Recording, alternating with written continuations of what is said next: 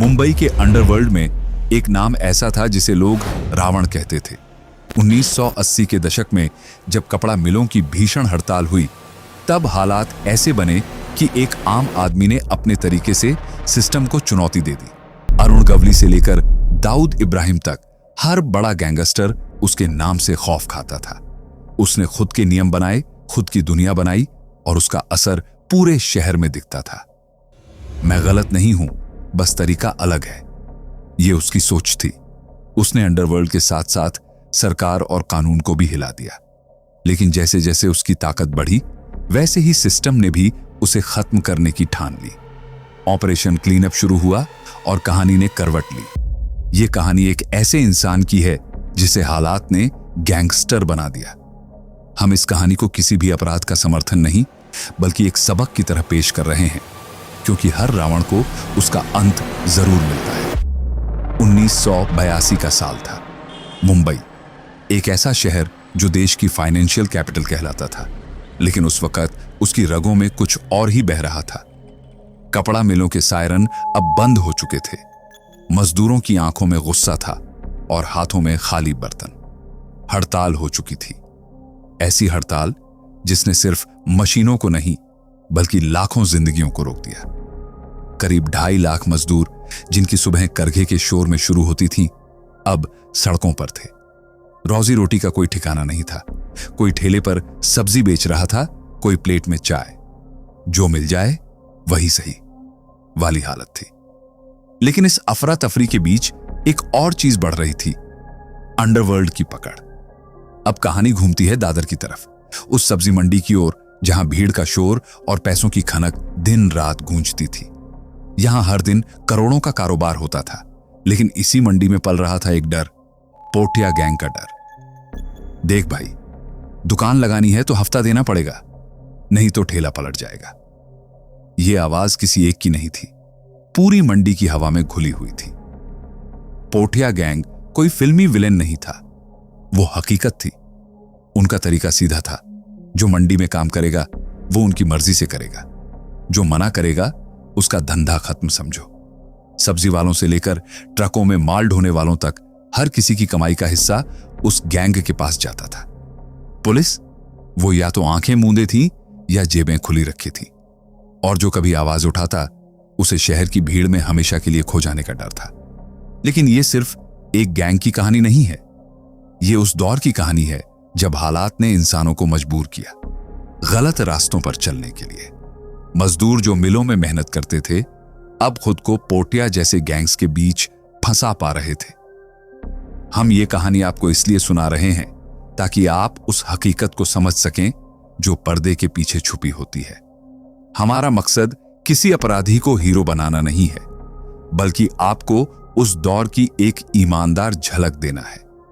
YouTube community guidelines का पालन करते हुए यह स्पष्ट करना जरूरी है कि यह कहानी एक ऐतिहासिक परिप्रेक्ष्य में प्रस्तुत की गई है, जहां जुर्म से नफरत है लेकिन सच्चाई से नहीं, क्योंकि कभी कभी सच्ची कहानियां सबसे ज्यादा चौंकाती हैं और सबसे ज्यादा सिखाती भी हैं। बात है 1982 की, मुंबई की दादर सब्जी मंडी, जहां हर सुबह कारोबार से पहले शोर से भरी होती थी। सब्जियों के भाव तय होते, ट्रक पीछे करते हुए मंडी में घुसते और मजदूरों की आवाजें हर गली में गूंजती थीं। इस मंडी में लाखों का नहीं, करोड़ों का कारोबार हर हफ्ते होता था। लेकिन पैसों के इस खेल के साथ मंडी में एक और चीज थी जो हर किसी के जहन में बैठ चुकी थी, और वो था पोटिया गैंग का डर। हर दुकानदार जानता था कि हफ्ते में एक दिन कोई ना कोई आएगा और बोलेगा, भाई को देना है, नहीं तो दुकान की सलामती की कोई गारंटी नहीं। यह इतना आम हो गया था कि लोगों ने इसे भी टैक्स की तरह मान लिया था। हफ्ता यानी एक अनकहा सिस्टम। पुलिस को सब पता था, लेकिन कोई कुछ नहीं कहता। शायद कुछ बोलने की हिम्मत बची ही नहीं थी। इसी मंडी की एक सीधी सादी दुकान थी, नाइक परिवार की। इस दुकान को चलाने वाला लड़का था अजीत नाइक। अपने पिता मारुतिराव नाइक की छोड़ी हुई मेहनत को वो दिल से चला रहा था। सुबह 4 बजे से दुकान खोल देता और रात 10 बजे तक काम करता। गर्मी, बरसात, त्योहार, कोई बहाना नहीं चलता था। उसकी मेहनत ही उसकी पहचान थी। अजीत के परिवार में 2 छोटे भाई और एक बहन थी। सबसे छोटा भाई अमर मारुति राव नाइक, जो उम्र में भले छोटा था लेकिन गुस्से में बड़ा था, और बीच वाला भाई अश्विन नायक, जो इस परिवार की उम्मीद था। पढ़ा लिखा, समझदार और सबसे ज्यादा शांत। उसने सिविल इंजीनियरिंग की पढ़ाई की थी। उसका सपना था कि वो एक दिन मुंबई में अपनी कंपनी खोलेगा, अपने दम पर कुछ बड़ा करेगा। लेकिन हर सपने के चारों ओर सच्चाई की एक दीवार होती है, और नाइक परिवार की सच्चाई ये थी कि उनकी दुकान भी उसी हफ्ता सिस्टम का हिस्सा बन चुकी थी। अजीत अपनी दुकान में कितना भी काम करे, हफ्ते का हिस्सा अलग निकालकर रखना ही पड़ता था। अरे अजीत भाई, इस बार रेट थोड़ा बढ़ गया है, ऊपर तक देना है ना? पोटिया गैंग का आदमी मुस्कुराते हुए बोलता, और अजीत चुपचाप कैश निकालकर उसकी हथेली पर रख देता। पहले पहल गुस्सा आता था, पर फिर यह सब इतना आम हो गया कि दुकानदारों ने इसे अपनी जिंदगी का हिस्सा मान लिया। जैसे बिजली का बिल भरना पड़ता है, वैसे ही हफ्ता देना भी जरूरी हो गया था। पर यह बात अश्विन को चुभती थी। वो सोचता था, हम मेहनत कर रहे हैं और पैसे कोई और ले जा रहा है, आखिर कब तक चलेगा ये सब? लेकिन वो जानता था अकेले कुछ नहीं कर सकता। पुलिस को खबर दो तो उल्टा खुद पर शक हो जाता है। पोटिया गैंग के लोग सिर्फ पैसे नहीं लेते थे, वो डर भी फैलाते थे। ऐसा डर जो किसी की हिम्मत को चुप करा देता है। अजीत तो बस यही कहता, भाई अभी वक्त ऐसा है, चुपचाप देना ही ठीक है। घर सुरक्षित रहे, दुकान चलती रहे, बस यही काफी है। पर वक्त एक जैसा नहीं रहता, और जब हालात इंसान को चुप रहने पर मजबूर कर दें तो उसके अंदर एक ज्वालामुखी बनता है, जो या तो खुद को राख कर लेता है या फिर सब कुछ बदल देता है। अमर नाइक, नाइक परिवार का सबसे छोटा बेटा, मगर स्वभाव में सबसे अलग। जहां अजीत शांत था, समझदार था, वहीं अमर का मिजाज बिल्कुल उलटा, झगड़ालू, बेबाक और बेखौफ। उसे जब जो गलत लगता वहीं भिड़ जाता। कोई बड़ा हो या छोटा, अमर को परवाह नहीं थी। यही वजह थी कि मोहल्ले में उसकी छवि एक ऐसे लड़के की थी जो हर वक्त किसी न किसी से उलझता रहता था। अमर की यह आदत उसके पिता मारुति राव नाइक को बिल्कुल पसंद नहीं थी। उन्होंने एक दिन सख्ती से कहा, तू हर वक्त लड़ाई करता रहेगा तो जिंदगी भर यूं ही भटकता रहेगा। जाकर अपने भाई के साथ दुकान संभाल, कुछ काम कर। अजीत वैसे भी जिम्मेदार था। उसने कहा, कोई बात नहीं बाबा, मैं संभाल लूंगा इसे, साथ रहेगा तो कुछ सीख ही जाएगा। अब अमर भी सब्जी के धंधे में आ गया। मंडी का माहौल उसे भले नया लग रहा था, लेकिन उसके अंदर जो आग थी वो जल्द ही भड़कने वाली थी। कुछ ही दिनों बाद पोटिया गैंग के लोग हफ्ता लेने फिर दुकान पर पहुंचे, लेकिन इस बार सामने अजीत नहीं, अमर था। भाई को बुला, हफ्ते के पैसे लेने आए हैं, एक गुर्गे ने कहा। अमर ने बिना हिले कहा, भाई नहीं है और पैसे नहीं मिलेंगे, अब जाओ। गैंग वाले पहले तो हंस पड़े। उन्हें लगा ये बस बचकाना बहस है, मगर जब यही बात अमर ने लगातार 2-3 बार दोहराई तो बात अब ना से बगावत तक पहुंच चुकी थी। मंडी में जहां बाकी सभी व्यापारी चुपचाप हफ्ता देते रहे, वहीं अमर की ना ने पोटिया गैंग को चौंका दिया। कौन है ये लड़का जो हमें मना कर रहा है? अब मामला इज्जत का बन चुका था। फिर एक दिन मंडी में वही हुआ जिसकी किसी को उम्मीद नहीं थी। पोटिया गैंग के 5 गुंडे आए और सीधे अजीत पर टूट पड़े। वो उसे मारने लगे, एक ही बात पूछ रहे थे, तेरा भाई अमर कहां है? अजीत दर्द में था मगर चुप था, और तभी अचानक भीड़ को चीरता हुआ अमर सामने आया। मैं हूं अमर, और अब अगर मेरे भाई को हाथ लगाया ना तो कोई मंडी में दिखेगा नहीं तुम लोग। उसने जेब से चाकू निकाला और उन 5 के सामने खड़ा हो गया। मंडी की भीड़ स्तब्ध थी। अमर अकेला था, पर उसके हौसले 5 पर भारी थे।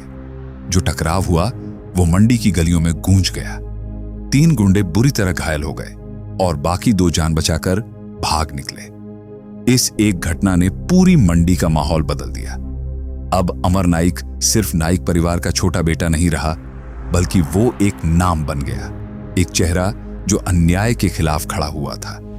दुकानदार जो कल तक चुपचाप हफ्ता दिया करते थे, अब उसकी तरफ देखने लगे। उन्हें पहली बार लगा कि शायद डर के आगे आवाज भी उठाई जा सकती है। अमर का ये रूप देखकर उसके पिता और भाई भी हैरान थे, लेकिन उन्होंने एक बात मान ली, ये लड़का अलग है और शायद वक्त को यही चाहिए था। अमर नायक ने पहली बार आवाज उठाई थी, और वो भी ऐसे कि पूरे पोटिया गैंग की नींव हिल गई। अब हालात बदल चुके थे। अमर ने साफ कर दिया था, अब एक पैसा भी हफ्ते का नहीं जाएगा, चाहे जो हो जाए। और उसकी ये खुली बगावत सिर्फ उसके लिए नहीं, बल्कि पूरे दादर मंडी के लिए एक मिसाल बन रही थी। व्यापारी अब उसे उम्मीद की नजर से देखने लगे थे। उधर पोटिया गैंग को गुस्सा आने लगा था। उन्हें लगने लगा कि मंडी में उनका डर अब पहले जैसा नहीं रहा। हर हफ्ते जो सर झुकाकर रुपए मिलते थे, अब उसमें रुकावट आने लगी थी। और यह सब एक ही इंसान की वजह से था, अमर नायक। पोटिया अब सोच चुका था, अगर इस अमर को सबक नहीं सिखाया गया तो कल बाकी भी सर उठाने लगेंगे। अमर को अंदेशा था कि पोटिया अब सीधे वार करेगा, इसलिए वो सतर्क हो गया था। मंडी के व्यापारियों से रिश्ते मजबूत करने लगा, एक एक से बात कर रहा था ताकि वक्त आने पर कोई अकेला न छूटे। उसकी चालें सोच समझकर चल रहा था, जैसे कोई जंग की तैयारी कर रहा हो। मगर पोटिया ने जो किया, उसने अमर ही नहीं, उसके पूरे परिवार की नींव हिला दी। एक रात अचानक अमर के छोटे भाई अश्विन के गायब होने की खबर आई। एक पढ़ा लिखा सीधा साधा नौजवान जो इन सब बातों से दूर था, उसे पोटिया गैंग ने उठा लिया और सीधा संदेश भेजा, अगर अश्विन को सही सलामत वापस चाहिए तो अमर खुद हमारे पास आए। अमर का खून उबल पड़ा। वो गुस्से में कांप रहा था, लेकिन उसने खुद को संभाला। अब तो ये जंग पर्सनल हो गई है। उसने अपने लड़कों को इकट्ठा किया। तैयारियां शुरू हो गईं। सुबह के 4 बजे निकलेंगे। पोटिया को उसी की भाषा में जवाब मिलेगा। अमर ने कमान संभालनी थी। मंडी में सरगर्मी तेज थी। सब जानते थे कुछ बड़ा होने वाला है। लेकिन तभी जैसे किस्मत ने एक बार फिर अपना खेल दिखा दिया। उसी रात जब अमर अपने लड़कों के साथ निकलने वाला था, दरवाजा किसी ने जोर से खटखटाया। सब चौंक गए। दरवाजा खुला। सामने अश्विन खड़ा था, बुरी हालत में, थका हुआ लेकिन जिंदा और आजाद। मैं भाग आया भैया। वो सो रहे थे। मैंने मौका देखा और निकल आया। अश्विन ने जैसे ही ये कहा, सबने चैन की सांस ली। लड़ाई की वजह ही खत्म हो गई थी। अमर के अंदर का तूफान थम गया। जिस बदले की आग वो लिए बैठा था, उस पर अब भाई की सलामती ने पानी फेर दिया था। अमर ने उस रात कोई हमला नहीं किया, लेकिन मंडी को समझ आ चुका था, यह लड़का सिर्फ ताकतवर ही नहीं, समझदार भी है। अगर आप अब तक इस चैनल से नहीं जुड़े हैं तो अभी सब्सक्राइब का बटन दबाइए और नोटिफिकेशन बेल को जरूर ऑन कीजिए, ताकि हमारी ये जुड़ी हुई कहानी और आपसे हमारा यूं ही बना रहे। अब बात करते हैं उस मोड़ की जहां से जंग ने असली रफ्तार पकड़ी। पोटिया गैंग अपनी हार पचा नहीं पा रहा था। अमर नायक के हाथों हुई बेइज्जती उन्हें अंदर तक झकझोर चुकी थी। अब वो जान गए थे कि ये लड़का न सिर्फ टकरा रहा है, बल्कि जीत भी रहा है। लेकिन अमर भी अब समझ चुका था कि ये लड़ाई बस हफ्ते की रकम तक सीमित नहीं रही। अब ये एक पूरी गैंग के वर्चस्व को खत्म करने की बात थी। अगर इन्हें खत्म करना है तो इनकी जड़ पर वार करना होगा, अमर ने अपने लोगों से कहा। अमर जानता था कि पोटिया गैंग की असली ताकत उसकी इकोनॉमी थी। वो अवैध शराब, जुए और सट्टे जैसे गैरकानूनी धंधों से मोटा पैसा कमा रहे थे। अमर ने वही करना शुरू किया जो पोटिया सालों से करता आया था, लेकिन अब मकसद अलग था, इनकी कमाई के स्रोत बंद करने। दादर, परेल, चिंचपोकली जैसे इलाकों में अमर के लड़के नंगी तलवारें लेकर उतरने लगे। जो लोग अवैध धंधे कर रहे थे, उनके अड्डों पर धावा बोलने लगे, अब ये इलाका हमारा है, समझे? ऐसा बोलते हुए वो न सिर्फ धमकाते, बल्कि पोटिया के लोगों से वसूला गया पैसा भी वापस करने लगे। धीरे धीरे वो सारे इलाके जहां पहले पोटिया का नाम चलता था, अब अमर नायक के नाम से पहचाने जाने लगे। पोटिया गैंग की आर्थिक कमर टूट चुकी थी। उनके अड्डों पर सन्नाटा था। धंधे ठप हो चुके थे। अमर ने बिना एक भी गोली चलाए उनकी जड़ें काट दी थी। लेकिन मुंबई की अंडरवर्ल्ड की कहानी इतनी आसान नहीं होती। जहां एक तरफ अमर दादर और आसपास के इलाकों में अपना सिक्का जमा रहा था, वहीं दूसरी ओर भाई खल्ला में एक और नाम तेजी से उभर रहा था, अरुण गुलाब गवली। वो अब सिर्फ अपने इलाके तक सीमित नहीं था, दूसरे हिस्सों में भी अपने पैर पसारने लगा था। मुंबई की गलियों में अब 2 नए चेहरे थे, एक अमर नायक जो पोठिया जैसे पुराने गैंग्स को धूल चटा रहा था, और दूसरा अरुण गवली जो अपनी खुद की सल्तनत खड़ी कर रहा था। बात जब मुंबई की गलियों में चल रही बादशाहत की हो तो टकराव होना तय है। अमर नायक की गैंग का असर अब इतना फैल चुका था कि सीधी भिड़ंत होने लगी अरुण गुलाब गवली की गैंग से। लेकिन यहां अमर को एक बहुत बड़ी कमी खटकने लगी, हथियारों की। अरुण की गैंग के पास बंदूकें, ग्रेनेड और क्या क्या नहीं था। वहीं अमर अब भी लोकल जुगाड़ से लड़ाई लड़ रहा था। लड़ाई तो मन से जीती जाती है, लेकिन मैदान में उतरने के लिए औजार भी चाहिए होते हैं, और औजार के लिए चाहिए पैसा, जो उस वक्त अमर के पास कम पड़ रहा था। अब और नहीं, अब वक्त है सिस्टम बदलने का, अमर ने एक रात अपने करीबियों से कहा।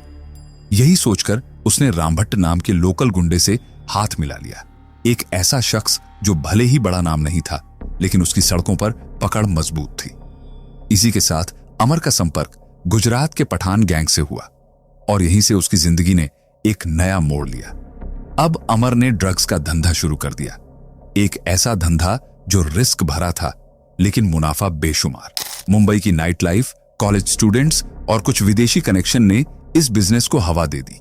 देखते ही देखते अमर की झोली में इतना पैसा आ गया जितना शायद उसने कभी सब्जी बेचते वक्त सपने में भी नहीं सोचा था। हथियार भी आ गए, लड़के भी बढ़ गए, और अब वो दूसरे इलाकों में भी पैर जमाने लगा। प्रभा देवी जैसे पौष इलाकों में वालजी पालजी भाई का सिक्का चलता था। अमर ने उनसे भी हाथ मिला लिया। तू तेरा देख, मैं मेरा देखूंगा। लेकिन इलाके में अब बस एक ही नाम गूंजेगा, नायक। अब अमर नायक सिर्फ एक लोकल गैंगस्टर नहीं रहा, बल्कि एक उभरता हुआ अंडरवर्ल्ड डॉन बन गया था। साल 1985 दादर के लोगों के लिए बड़ा साल था। यहां से शिवसेना का एक दमदार कैंडिडेट खड़ा हुआ, लेकिन मजाल है जो इलाके में उसकी एक भी सभा हो पाई हो। लोग डर के मारे घरों में दुबक गए थे। वजह थी अमर नायक की धमकी। असल में अमर ने इलाके के लोगों को साफ कह दिया था, वोट डालना है तो डालो, लेकिन मेरी मर्जी के खिलाफ मत जाना। वजह, इस चुनाव में एक पारसी कैंडिडेट भी खड़ा हुआ था जिसे अमर ने पैसे लेकर सपोर्ट करने का वादा किया था। अमर चाहता था कि उसका उम्मीदवार जीते ताकि उसका रसूख राजनीति में भी दिखे। हालांकि हुआ इसके उलट, शिवसेना का कैंडिडेट चुनाव जीत गया, लेकिन फिर भी अमर ने जो दिखाया वो साफ था। अब राजनीति भी उसकी ताकत से डरने लगी थी। मुंबई की अंडरवर्ल्ड दुनिया अब अपने सबसे खतरनाक मोड़ पर पहुंच चुकी थी। हर कोई अपना झंडा गाड़ने को बेताब था। एक तरफ था दाऊद इब्राहिम, जो अब दुबई से बैठकर पूरे खेल को ऑन परेड कर रहा था। उसके लिए काम कर रहा था उसका सबसे वफादार सिपाही छोटा राजन। दूसरी तरफ थे अरुण गवली, बाबू रेशिम, रामा नाइक जैसे लोकल डॉन्स, जो अभी भी जमीन से जंग लड़ रहे थे। लेकिन इन सबसे अलग और सबसे अलग चाल चल रहा था अमर नायक। छोटा राजन ने गवली गैंग पर तो जमकर वार किए। अरुण गवली के बड़े भाई पापा गवली को मारा गया, बाबू रेशिम को खत्म कर दिया गया और रामा नाइक को भी रास्ते से हटा दिया। लेकिन एक नाम ऐसा था जिसे छोटा राजन चाहकर भी छू नहीं पाया, और वो था अमर नायक। क्योंकि अमर अब सिर्फ मुंबई का ही नहीं रहा था। वह कभी लंदन, कभी बैंकॉक, तो कभी कुआलालंपुर जैसे शहरों में घूमता रहता। उसका ठिकाना कोई नहीं जानता। पासपोर्ट भी 5 अलग अलग नामों से बनवा रखे थे। मतलब वो एक इंसान नहीं, 5 चेहरे बन चुका था, और हर चेहरा था एक नया धोखा। पुलिस उसकी तलाश में दिन रात लगी थी, लेकिन अमर जैसे छुपता था वैसे ही सामने आकर भी बच निकलता था। एक बार की बात है, वो एक पुलिस स्टेशन के बाहर खड़ा था।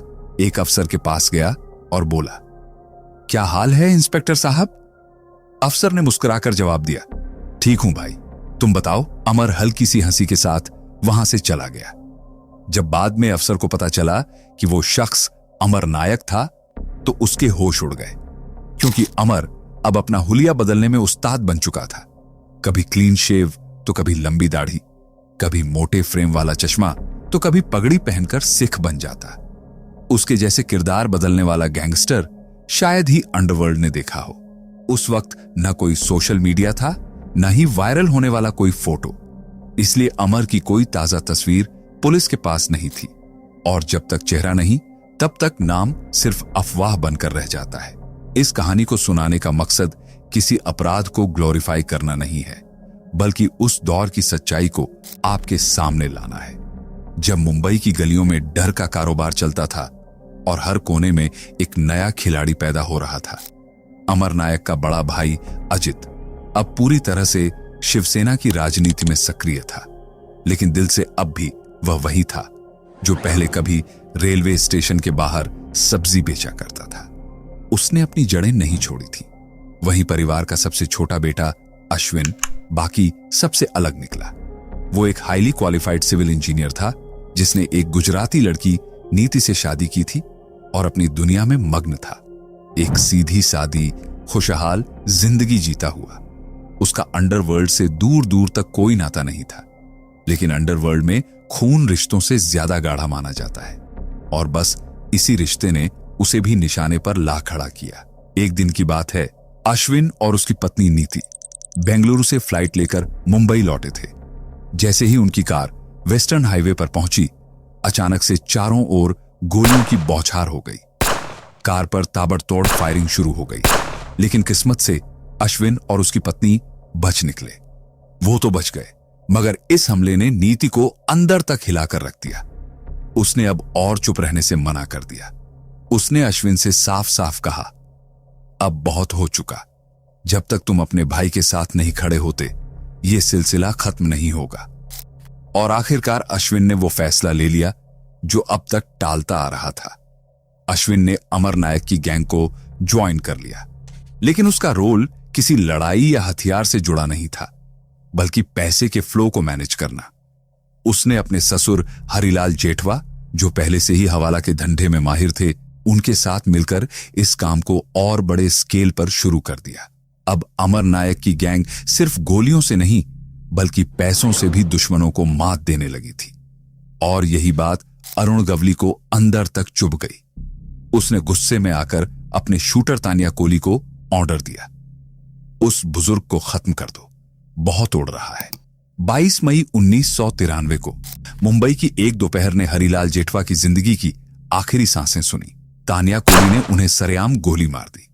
इस मर्डर ने एक बार फिर दिखा दिया कि अंडरवर्ल्ड में कोई भी रिश्ता पवित्र नहीं होता। जब खेल होता है पैसे और ताकत का, तो खून के रिश्ते भी गोली की आवाज में दब जाते हैं। अमर नायक खुद इस टकराव में अश्विन को घसीटना नहीं चाहता था, लेकिन अब खेल बहुत आगे बढ़ चुका था। अश्विन के अंदर बदले की आग सुलग रही थी। एक दिन उसने अमर से साफ कहा, भैया अब बहुत हो गया। जिसने बाबू को मारा अब उसका नंबर है। माफ करना, इस बार मैं पीछे नहीं हटूंगा। अमर थोड़ी देर तक चुप रहा, फिर बोला, जो करना है सोच समझ के करना। याद रख, ये रास्ता एक बार पकड़ लिया तो वापस लौटने का नहीं होता।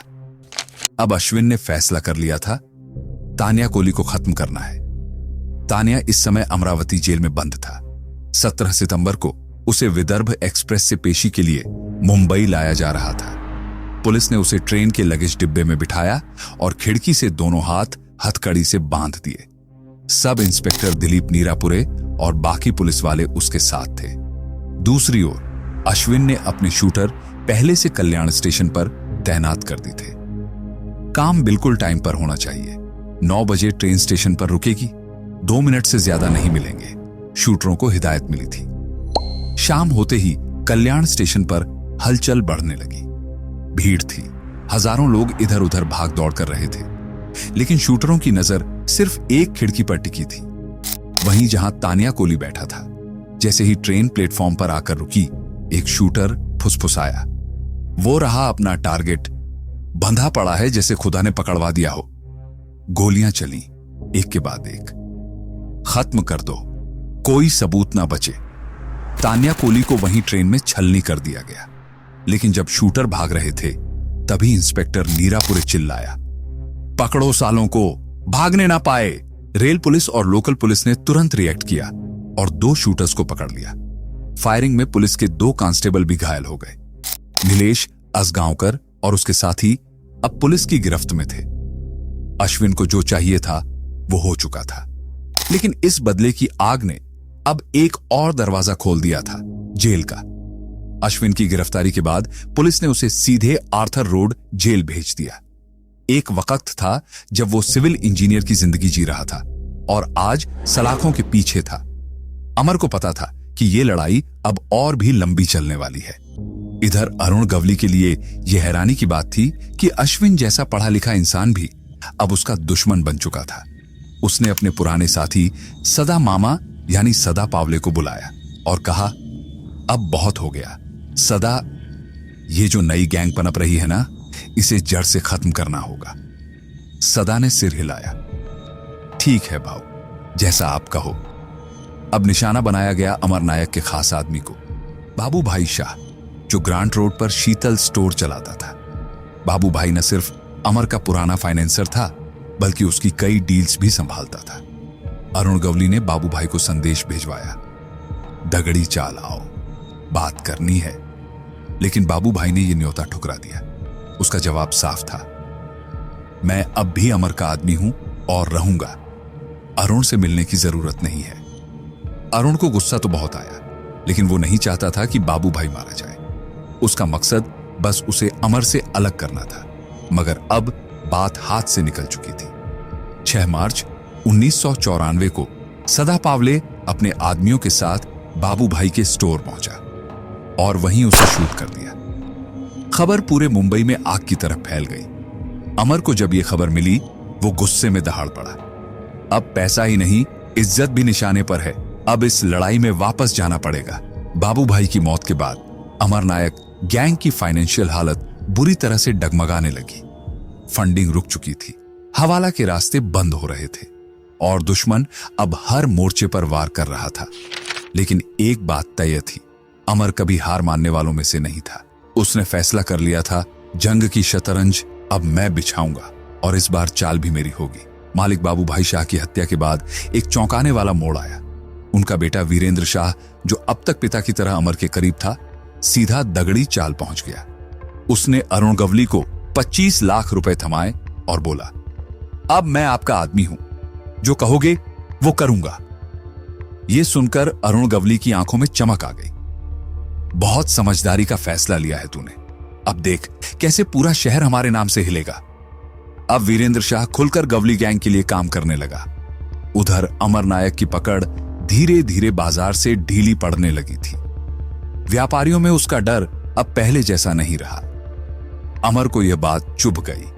उसने अपने करीबियों से कहा, अगर वो हमारे लोगों को खरीद सकते हैं तो हम उनके फाइनेंसरों पर क्यों नहीं वार करें।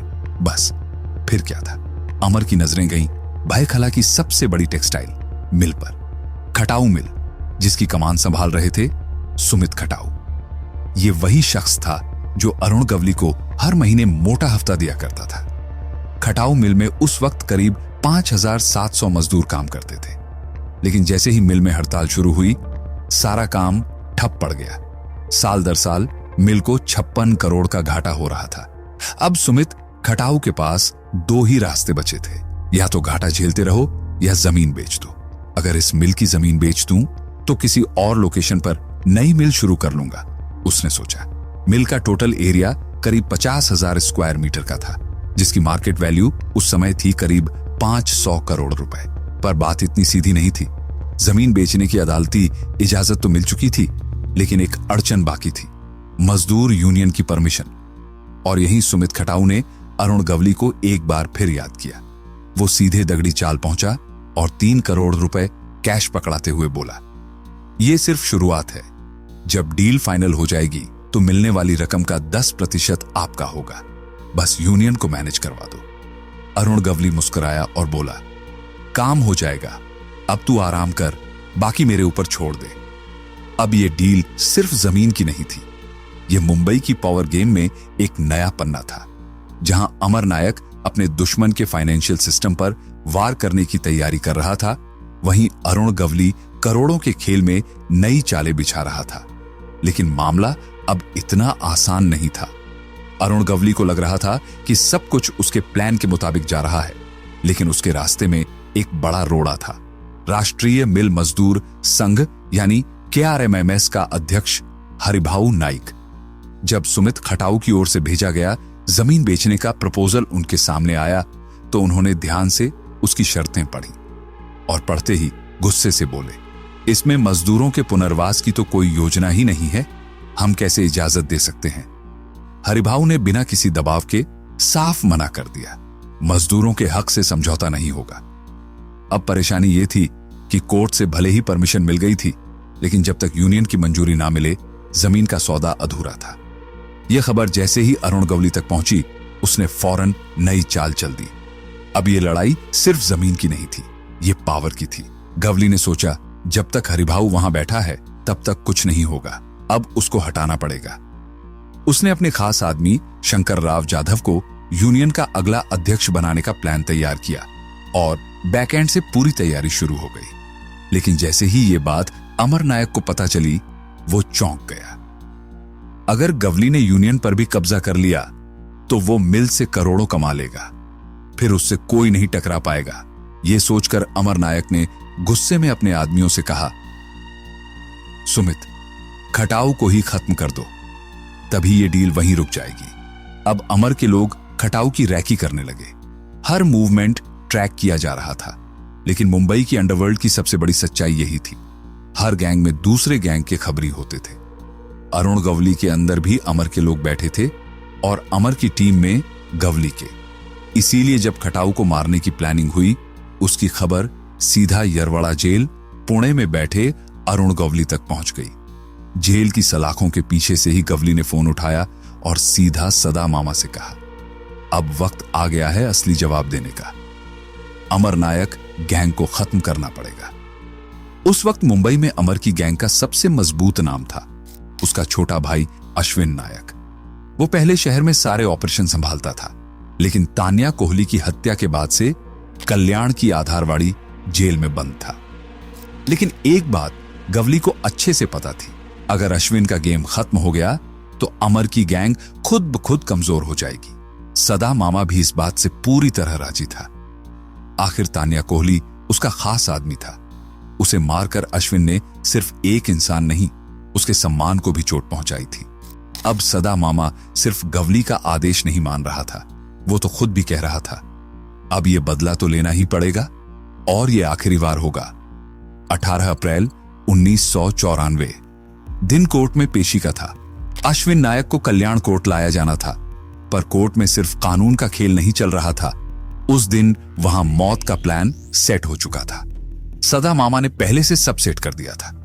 अरुण गवली के दो भरोसेमंद आदमी रविंद्र सावंत और नागेश मोहिते वकील की ड्रेस में कोर्ट परिसर में पहले से मौजूद थे। उन दोनों की नजर बस एक मौके पर थी, अश्विन नायक को खत्म करने का। सुनवाई खत्म हुई। पुलिस अश्विन को बाहर ले जाने लगी ही थी कि अचानक रविंद्र सावंत ने बंदूक निकाली और फायरिंग शुरू कर दी। एक गोली सीधी जाकर अश्विन के गले में लगी और वो वहीं गिर पड़ा। कोर्ट में सन्नाटा छा गया। पुलिस ने तुरंत जवाबी फायरिंग की। रविंद्र को भी गोली लगी और वो भी जमीन पर गिर गया। दूसरा शूटर नागेश मोहिते वहां से किसी तरह भाग निकला और सीधा जाकर सदा मामा को खबर दी। हालांकि अश्विन की जान तो बच गई, लेकिन गोली गले में लगी थी और उसकी वजह से उसका शरीर पैरालाइज हो गया। अब अश्विन बिस्तर पर था, लेकिन उसका भाई अमर नायक आग बबूला हो चुका था। जब अमर को सारी बात पता चली तो उसने कहा, अब बहुत हो गया, अब खटाऊ को खत्म कर दो। अब सारा गुस्सा निकलने वाला था सुमित खटाऊ पर। अमर नायक ने इस काम की जिम्मेदारी दी अपने दो बेहद भरोसेमंद शूटरों को, दिनेश मिठवाउकर और उस्मान फकीरा।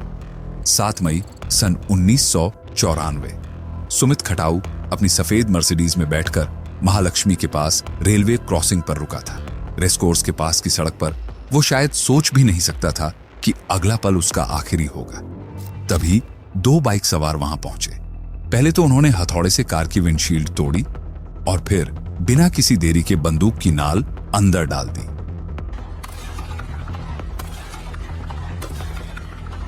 लगातार गोलियां चलीं। सुमित खटाऊ और उसका ड्राइवर दोनों गोलियों से छलनी हो चुके थे, लेकिन ड्राइवर ने हिम्मत नहीं हारी। वो गाड़ी को किसी तरह नायर हॉस्पिटल की तरफ ले गया, मगर रास्ते में ही सुमित खटाऊ ने दम तोड़ दिया। इस घटना ने सिर्फ अंडरवर्ल्ड को नहीं बल्कि पूरे प्रशासन को झकझोर दिया था। अब अमर नायक ने उस वक्त के सबसे बड़े नाम को मिटा दिया था और ये वो मोड़ था जहां से पुलिस ने ठान लिया कि चाहे जो हो, अब अमर नायक और उसकी गैंग को हर हाल में खत्म करना ही होगा। साल था 1996 और मुंबई पुलिस अब अमर नायक को छोड़ने के मूड में बिल्कुल नहीं थी। यह केस सौंपा गया था उस दौर के सबसे खतरनाक एनकाउंटर स्पेशलिस्ट विजय सालस्कर को। अब पूरा सिस्टम एक्टिवेट हो चुका था, हर एरिया में पुलिस की नजर थी और आखिरकार एक इनपुट आया। 10 अगस्त 1996 को अमर नायक मिदनापुर इलाके में देखा जाएगा। बस फिर क्या था, सालस्कर ने अपनी टीम को तैयार किया। बुलेट प्रूफ जैकेट्स पहनकर सब लोग मौके पर पहुंच चुके थे, लेकिन यहां एक बड़ी दिक्कत थी। किसी के पास अमर नायक का चेहरा तक नहीं था, ना कोई स्केच, ना फोटो। कोई भी नहीं जानता था कि अमर नायक दिखता कैसा है। टीम बस उसकी कार का इंतजार कर रही थी। दोपहर के बाद करीब 12 बजे एक पुरानी सी फिएट कार उस एरिया में दाखिल हुई। धीमी चाल से चलती गाड़ी पर सबकी नजर टिक गई थी।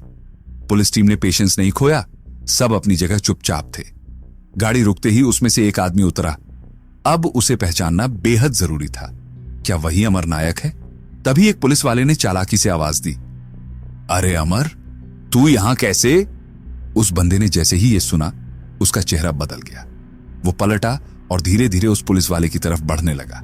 शायद सोच रहा था कि यह उसे जानता कैसे है, मगर तभी उसके चेहरे का एक्सप्रेशन बदल गया। उसे समझ आ गया कि यह पुलिस वाला है। उसने फौरन बंदूक निकाली और पुलिस वाले पर फायरिंग कर दी, फिर कार की तरफ मुड़कर भागने लगा। लेकिन उसी वक्त सामने से आ रही थी विजय सालस्कर की गाड़ी। अब शिकार खुद शिकारी के निशाने पर आ चुका था और अब अमर नायक खुद गोलियां चला रहा था विजय सालस्कर की तरफ। पुलिस टीम उसे बार बार लाउड स्पीकर पर कह रही थी, सरेंडर कर दो अमर, गोली चलाना बंद करो। लेकिन अमर कहां मानने वाला था। उसने फायरिंग जारी रखी। उसी वक्त पुलिस की एक गाड़ी अचानक फुटपाथ पर चढ़ गई। विजय सालस्कर खुद गाड़ी से कूदे और सीधे अमर की तरफ दौड़ पड़े।